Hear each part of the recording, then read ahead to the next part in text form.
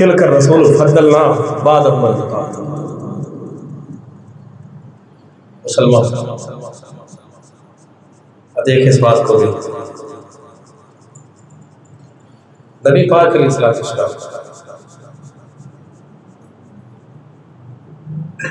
حضرت خدیجہ الکبریٰ رضی اللہ تعالیٰ عنہا بیوہ ہو گئی، نبی پاک سے بھی نکاح نہیں ہوا تھا، تو مال تجارت کے حوالے سے بڑی پریشان رہتی، جس کو بیچتی وہ مال میں خیانت کرتا، مال تجارت کا خیال نہیں کرتا تھا۔ میسرہ کو مقرر کیا کہ خیال کیا کر تو یہ کسی نے بتایا تو پریشان نہ ہو، محمد عربی ہے، بڑے امین ہے، امین ہے، صادق ہے، دیانتدار ہے، کفار رکھتے ہیں ان کے پاس امامتیں اپنی، اسے بھیج اپنا مال تجارت دے کے شام کی طرف، کہ تجھے پریشانی والی بات کوئی نہیں۔ کس سے بات کروں؟ کہا کہ ان کے چچا ابو طالب، ان کی وہ موڑتے ہی نہیں، ملاقات کی، مال تجارت کے حوالے سے بڑی پریشان ہوں، تو اپنے بھتیجے محمد عربی کو بھیجنا دے میرے لیے، میرے مال تجارت کو شام لے جائے۔ آپ نے فرمایا میں بات کرتا ہوں۔ بات کی، مختصر، رب کے محبوب آئے بات کرنے کے لیے، حضرت خدیجہ الکبریٰ رضی اللہ تعالیٰ عنہا کے گھر۔ اس سے پہلے پس منظر بیان کر دوں، میں بڑا حسن ہے اس میں۔ حضرت خدیجہ فرماتی ہیں میرا گھر اس طرح سے بنا ہوا تھا کہ مکے کی گلی میں تھا کہ نہ چڑھتا ہوا سورج کی کرنیں پڑتی تھی میرے گھر میں، میرے دروازے میں، نہ سورج جب غروب ہوتا نہ اس کی کرنیں دروازے سے میرے گھر میں آتی۔ جس طرح کہ ہمارے ہاں شمال و جنوب اگر گھر بنا ہو تو دروازے سے سورج کی کرنیں نہیں آتی، دروازہ اس طرف ہو یا اس طرف، سورج شرق اور غرب سے غروب ہونا ہے، چڑھنا شرق سے، غروب ادھر ہونا ہے، تو دروازے میں دروازے سے سورج کی کرنیں اندر داخل نہیں ہونی۔ یوں بنا ہوا تھا گھر مکے میں کہ چڑھتے سورج کی کرنیں بھی نہیں آتی تھیں، ڈوبتے سورج کی کرنیں بھی نہیں آتی تھیں۔ میں کچھ کہنا چاہتا ہوں آپ کو۔ آپ فرماتی ہیں میں گھر میں نا دروازے کی طرف میری پشت تھی، میں کوئی کام میں مصروف تھی، اچانک دروازے سے سورج کی کرنیں میرے گھر کی دیوار پہ پڑی، حیرت میں گم ہو گئی کہ میرا گھر اس طرح بنا ہی نہیں ہوا، سورج کی کرنیں دروازے سے میری دیوار پر، فٹ سے دیکھا نا گھوم کے، وہ آفتاب نہیں، وہ سورج نہیں تھا بلکہ رشک آفتاب تھا، جس پہ سورج بھی رشک کرتا ہے، وہ رب کا محبوب تھا، وہ محمد عربی تھا۔ کہنے لگی کہ میں باہر بات کرنے کے لیے گئی تو رب کے محبوب بات کرتے رہے، بس میں جی ہاں ہاں ہاں کرتی رہی، سنتی رہی، بس میں سنتی رہی۔ جبکہ میرا انداز یہ ہوتا تھا جب کوئی مال تجارت کے لیے آتا تو ساری گفتگو میں کرتی تھی، شرائط میں بیان کرتی تھی، لیکن محمد عربی آئے ہیں، ساری گفتگو انہوں نے کی ہے، میں جی جی کرتی رہی ہوں بس۔ کہا کہ میں ان کے حسن میں یوں گم ہوئی کہ مجھے احساس ہی نہ ہوا، رب کعبہ کی قسم میں نے انسا سے کسی کو دیکھا ہی نہیں تھا۔ صرف حضرت خدیجہ کا یہ موقف نہیں ہے، بلکہ میرے اعلیٰ حضرت فرماتے ہیں یہی بولے سدرا والے، جبرائیل امین کا بھی یہی موقف ہے، یہی بولے سدرا والے، چمنے جہاں کے کھالے سبھی ہم نے چھان ڈالے، پر تیرے پائے کا نہ پایا۔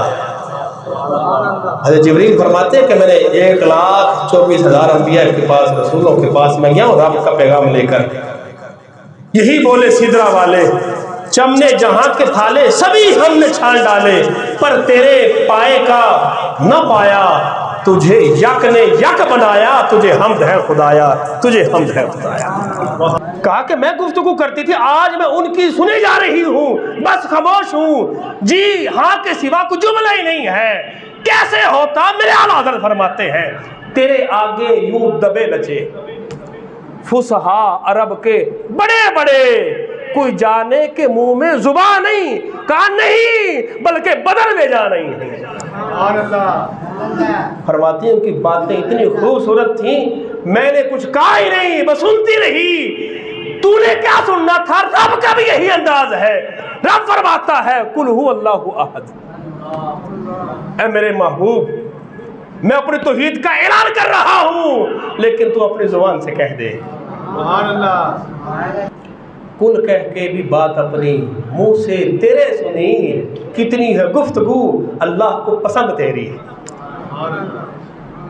سیدہ خدیجہ رضی اللہ تعالیٰ عنہ فرماتی ہے کہ ان کی گفتگو بڑی پیاری تھی اور رب کو بھی بڑی پیاری لگتی ہے۔ رب بھی اپنے توحید کا اعلان بھی کرواتا ہے تو محبوب کی زبان سے کروایا کرتا ہے۔ میسرہ کو اپنے غلام کو بھیجا کہ پہلے میں تجھے کہتی تھی کہ میرے مال کا خیال کرنا ہے، اشیاء کی دیکھ بھال کرنی ہے، لیکن اب میں تجھے کہتی ہوں کہ مال کی پرواہ نہیں کرنی تُونے، بس تو نے دیکھ رہا کہ محمد عربی بیٹھتا کیسے، چلتا کیسے، اٹھتا کیسے، بیٹھتا کیسے، سوتا کیسے ہے، کھاتا کیسے ہے، پڑھتا کیا ہے، اس کا طرز عمل کیا ہے، اس کی زندگی کیا ہے۔ چلے گئے، واپس پلٹے نا، بتا میسرہ بتا تو صحیح، کوئی عیب دیکھا تو نے محمد عربی کی زندگی میں؟ کوئی عیب بتا، کوئی عیب بتا۔ حضرت خدیجہ پوچھ رہی ہے کوئی عیب، سیدہ خدیجہ رضی اللہ تعالیٰ عنہا امہات المومنین پوچھ رہی ہے بتا میسرہ، اے میرے غلام بتا کوئی عیب محمد عربی کی زندگی میں، رب کے محبوب کی زندگی میں۔ کہا عیب پوچھتی ہو؟ جب یہ چلتے ہیں نا تو بادل سایہ کیا کرتے ہیں، کوئی عیب؟ کہا کہ اگر کنویں میں پانی نہ اور پانی کی طلب ہو، اپنا لعاب دہن ڈال دے کنویں میں تو کنواں لبو لب ہو جایا کرتا ہے۔ کوئی عیب بتا تو صحیح، کوئی ہو عیب؟ کہا کہ یہ رب کا محبوب جو سوتا ہے نا تو اس کی زلف الجھتی نہیں ہے، جب سو کے بیدار ہوتا ہے تو چہرے پر نیند کے اثرات نہیں ہوتے۔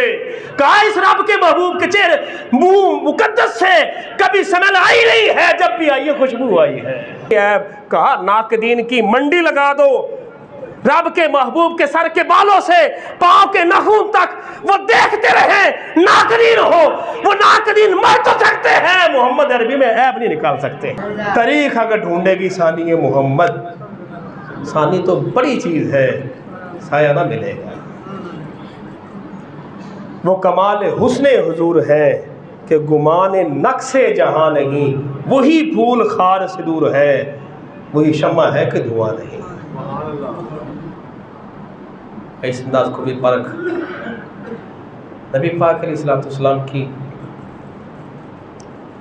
میلاد پر جب ولادت کا دن ہوتا ہے، جشن مناتے ہیں، جلوس نکالتے ہیں، کیا ہو گیا تمہیں اتنا روپے پیسہ خرچ کر رہے ہو، کیوں کر رہے ہو، کیا ضرورت ہے، کیوں مال ضائع کر رہے ہو؟ بڑی بڑی باتیں ہوتی ہیں مسلمان۔ دیکھیں اس بات کو، 27ویں شب ہوتی ہے رمضان المبارک کی، اس میں جشن نزول قرآن کے حوالے سے مسجدوں میں بڑے بڑے پروگراموں کا انعقاد کیا جاتا ہے، علماء کو بلایا جاتا ہے، لاکھوں روپے خرچ کیا جاتا ہے۔ کیوں کر رہے ہو بھائی؟ جشن نزول قرآن ہے، قرآن کا نزول ہوا ہے۔ یہ بات کوئی پختہ نہیں ہے، لیکن اکثر مفسرین کی رائے ہے کہ 27ویں شب کو قرآن ٹھیک ہو گیا۔ 27ویں شب کو قرآن نازل ہو تو مسجدوں میں جشن نزول قرآن کے بڑے بڑے جلسے ہوتے ہیں، بڑے اہتمام ہوتے ہیں، لائٹنگ ہوتی ہے، کومکمے لگائے جاتے ہیں۔ تھوڑا سا توجہ چاہوں گا میں، قرآن دنیا میں تو نہیں آیا تھا 27ویں شب کو۔ آپ تاریخ اٹھا لیں، تفاسیر کا مطالعہ کر لیں، 27ویں شب کو لوح محفوظ سے آسمان دنیا پر قرآن نازل ہوا ہے۔ 27ویں شب کو لوح محفوظ سے آسمان دنیا پر قرآن کا نزول ہوا ہے، پھر 23 سال کے عرصے میں دھیرے دھیرے پھر آیا ہے۔ 27ویں شب کو قرآن آسمانوں پہ آئے، جشن زمین پہ ہو رہے ہیں، کوئی اعتراض نہیں، کوئی بدعت نہیں۔